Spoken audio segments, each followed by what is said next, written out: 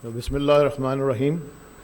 Principal staff officers, honorable families of Shohada, distinguished guests, ladies and gentlemen, Assalamu alaikum wa rahmatullahi wa barakatuh. It is my profound privilege and honor to attend the first commemoration ceremony of Marka-e-Haq. On this special occasion, I thank all the distinguished guests for joining us today. No doubt, the presence of Shohada families and the war heroes make this event special and memorable for us all. Ladies and gentlemen, Operational Marka-e-Haq has great significance in the history of Pakistan Air Force, as indeed our country. After the Pahalgam incident, India immediately blamed Pakistan without evidence and announced some immature and hasty measures which created hostile environment. On the other hand, the government of Pakistan and its leadership also condemned this incident and offered our full cooperation in its impartial investigation. However, considering the escalatory statement of Indian leadership and growing military hype, the defense forces of Pakistan promptly undertook necessary safeguards with highest operational readiness. Immediately, Pakistan Air Force declared highest level of alert, enhancing full spectrum surveillance to ensure complete observation of enemy moves. Ladies and gentlemen, to thwart any hostile intent, Pakistan Air Force maintained a strong defensive counter-air posture through launching of multiple CAF day in and out. We also did time scrambles and round-the-clock surveillance through airborne early warning radar and through our integrated air defense system. Alongside, Pakistan Air Force deployed, integrated, and operationalized its multi-domain assets all across in shortest possible time to counter any aggression which was evident. IF transport fleet flew over 550 sorties to support large-scale forward deployments of its fleet and offensive weapon system, whereas Pakistan Air Force was observing each and every Indian Air Force move that was being undertaken. Indian Air Force effort to conceal its preparedness and assets were denied through bold counter moves by Pakistan Air Force. Pakistan Air Force undertook aggressive preparatory exercises and deployment in north, south, and center.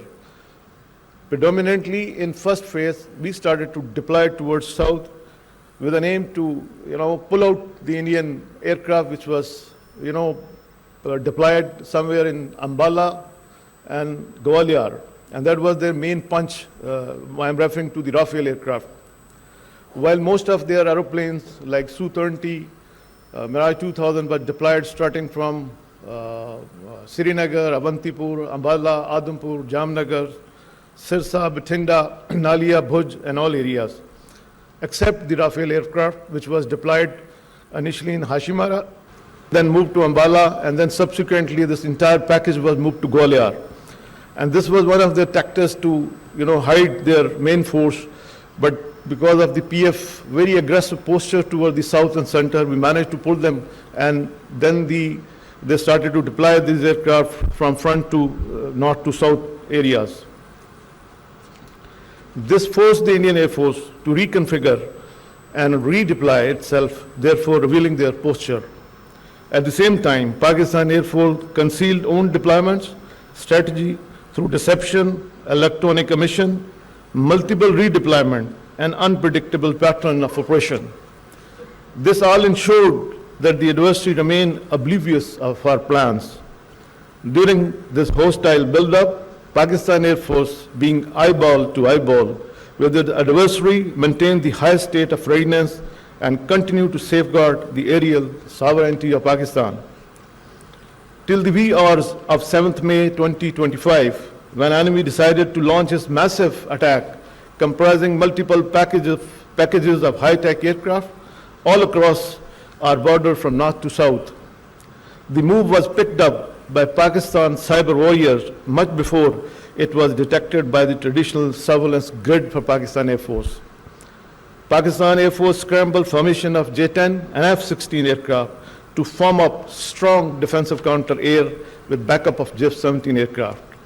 PF Cyber Force launched its offensive targeting Indian communication hubs, power grids, and transport infrastructure, as you have seen in the montage also, causing massive power disruption in different Indian states and key military installation. Degradations of communication forced Indian Air Force to fall back on its SATCOM connectivity, especially towards the northern sector. This multi-domain interplay severely degraded Indian Air Force capability to operate as an integrated network force. What follows was the largest and longest BVR versus BVR engagement in the history of air combat. Despite being outnumbered, ladies and gentlemen, Pakistan Air Force fought aggressively, denying enemy the opportunity to enter into our airspace. The enemy was compelled to stay at a distance from our borders. In desperation, Indian Air Force launched its weapon from a stand of ranges while staying within its own territory. Immediately, these high-speed projectiles were picked up by our sensors. And to the enemy's utter surprise, Pakistan Air Force, in an unprecedented switch, turned its defensive posture into offensive posture. Pakistan Air Force valiant pilots started targeting enemy top-line fighter aircraft. Within minutes, multiple Rafale jet, Su-30 MKI, Mirage 2000, MiG-29, and multi-million-dollar unmanned system were shut down. This devastating blow shocked the enemy, and Indian Air Force was not seen in air for the remaining part of the conflict. When adversary resorted to other domains of unmanned system, it also met the same fate. Out of dozens drones launched on Pakistan, none was able to return home. Our killer drones, hypersonic missile, and long-range weapon struck 16 enemy air bases within a span of about 8 to 10 hours. Key military installation, BrahMos site, critical command and control center, and 2 of its prized S-400 batteries was neutralized. While Indian Air Force was off the skies with complete air dominance, Pakistan Air Force continued pounding the enemy target all across. The adversary was shocked by the Pakistan Air Force aggressive attack, campaigns against its main bases, and key installation all across sectors. At the core of this success was Pakistan Air Force homegrown kill chain that seamlessly integrated all our operational element into single formidable force package. We employed element of cyber, electronic warfare, and space along with long-range vectors, unmanned aerial system, killer drones, and loitering munitions. For the first time in the history of air warfare, PF conducted full-spectrum, multi-domain operation. The world was stunned to witness this superb execution of PF operation that were excellently choreographed and flawlessly executed. Thus, Pakistan Air Force strongly displayed its capability, resilience, and dominance in Marka-e-Haq, upholding the glorious legacy being second to none. Certainly, this resounding success was the outcome of unified approach by all the elements of national power and above all, Allah's special blessing. Without any doubt, Pakistan Air Force could have gone further, but we exercised responsibility, mature and well-calibrated force application. Pakistan Air Force attacked many high-value and high-visibility targets. Its power and transport system was disrupted, critical operational installation crippled, most modern Rafale were shut down, and state-of-the-art S-400 battery was destroyed. The enemy was literally on its knees much before we could imagine. Ladies and gentlemen, what the world witnessed in May 2025 was not achieved overnight, but acquired through or transformative modernization undertaken within past 4 to 5 years. Accordingly, we realigned our operational doctrine, concept, and strategy, keeping in view the limited fiscal space and technological option. PF vigorously pursued a very aggressive, innovative, and practicable strategy of modernization. We inducted and operationalized numerous advanced combat and combat sport capability along with niche technology in a record time.